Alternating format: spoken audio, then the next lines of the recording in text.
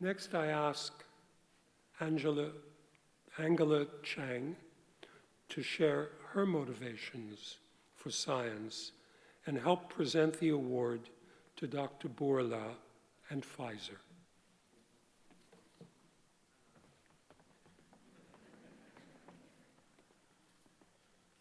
Good evening. It is my honor to be here tonight. My journey to science and medicine began when I was a child, interpreting for my grandparents at doctor's appointments and exploring scientific labs, captivated by the brightly colored liquids and equipment. I later studied chemistry and enjoyed learning about its clinical applications to complex medical issues. Now, as a fourth-year medical student and aspiring ophthalmologist, I'm continually inspired by how scientific discovery and medicine can have such a profound impact on individuals, communities, and the world. Learning about the advancements made by those honored tonight makes me even more excited to deepening my own understanding of science and human healing as I remain committed to a lifetime of learning and service.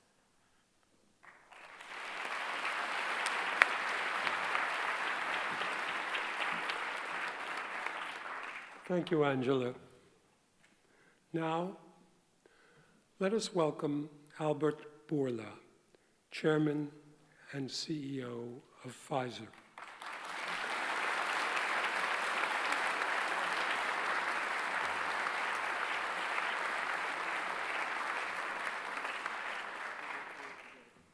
Thank you very much. What an honor.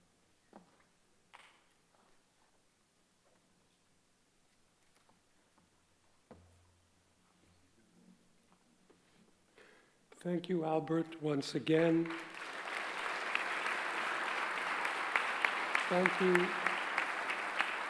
Thank you for allowing us to imagine an end to this pandemic. Congratulations.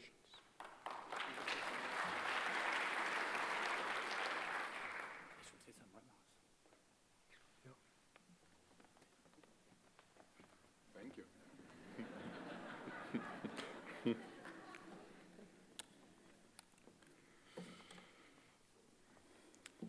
Professor Axel, thank you. What an exciting evening. Let me begin by saying how thrilled I am to be in the presence of Marion Wiesel, whose late husband, Elie Wiesel, was an extraordinary man of great courage, conscience, and compassion, and one of my heroes. I also want to thank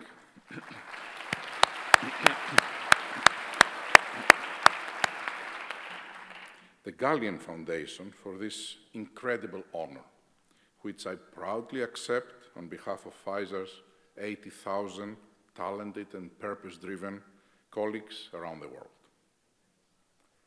The Foundation's efforts to foster, recognize, and reward excellence in scientific innovation, to advocate for policies that support private sector research, and to promote productive partnerships across the healthcare ecosystem have helped accelerate the delivery of breakthroughs that are having a positive impact on global health.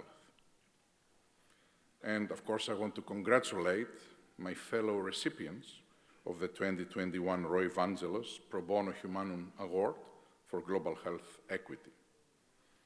I do so with particular pleasure because it bears the name of a man who is not only a true giant in the life science industry and in American business in general, but also a friend. He is my Greek hero.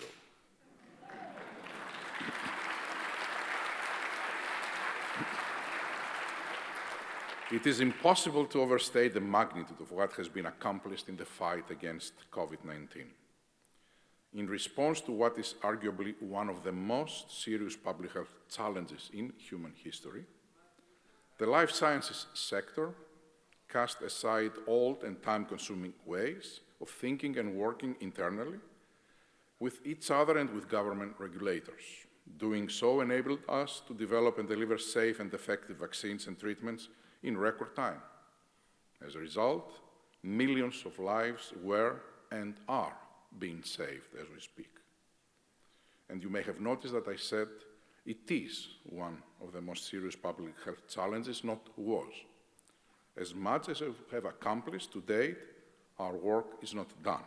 We cannot rest until everyone in the world has access to the vaccines and therapies that need to defeat this pandemic. Earlier today, I participated in a panel discussion with my fellow CEOs, which was very ably moderated by Sue Hellman and Petra Janssen.